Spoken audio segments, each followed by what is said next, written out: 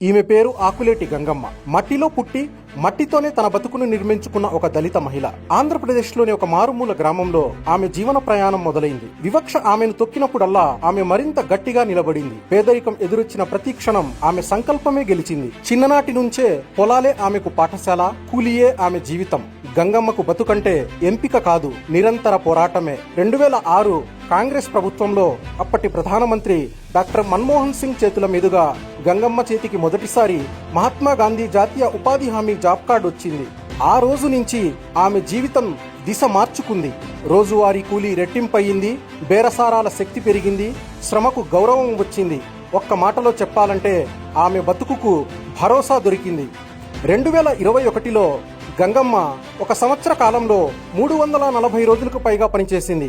100 రోజులు మహాత్మా గాంధీ జాతీయ ఉపాధి హామీ కింద, మిగిలినవి గ్రామపు పొలాల్లో.